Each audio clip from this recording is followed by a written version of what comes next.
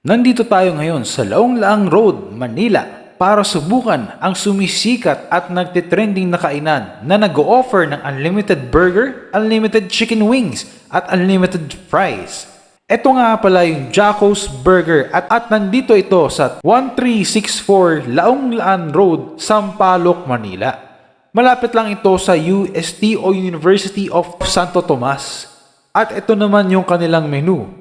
Nag-o-offer din sila dito ng mga a la carte at mga side dishes, pero for this video, magpo-focus lang tayo sa kanilang unlimited burger, unlimited chicken wings at unlimited fries for only 299 pesos. Yung kanilang area, maliit lang pero malinis. Pag mag-order ka na, punta ka lang sa harap, dun na din yung payment. Ang burger patty nila ay gawa sa purong karne ng baka. 90% lean at 10% fat. Tapos double grind pa daw ang ginawa dito.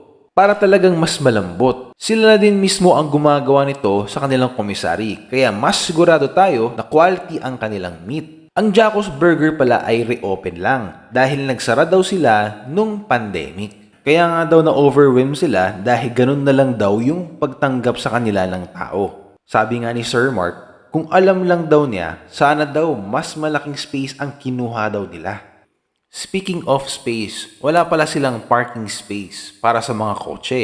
Pero pwede naman daw mag-double park, kaya kung meron kang kotse at gusto mo kumain dito, medyo pahirapan lang maghanap. Chicken wings nila dito ay standard lang yung size. Maganda ang pagkakaluto, yung lasa ay nasa outer part ng chicken. Crunchy din yung balat niya. Nagustuhan nga ito ni Kobe at gusto nga din niya i-video siya habang kumakain. Oh, crunchy. Only rice na rin pala ito.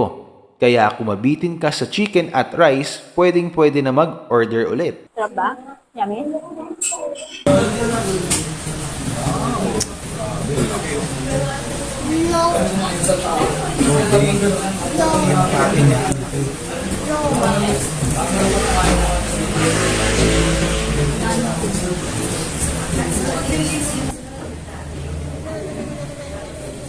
Meron pala silang promo ngayon until May 30, 2024 na 20% off per person, mapaan-di man yan o a la carte.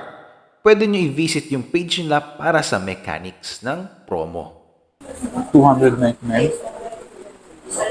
Unlimited burger. Unlimited chicken. Unlimited fries.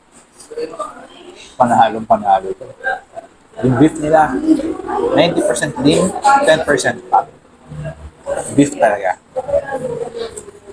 Malambot ang beef patty, juicy, hindi siya mahirap nguyain, hindi siya mukhang tinipid, pati yung iba nitong ingredients. Yung bun ng burger, malambot. Mukha lang siyang normal size na burger dahil medyo malaki ang kamay ko at mukha ko.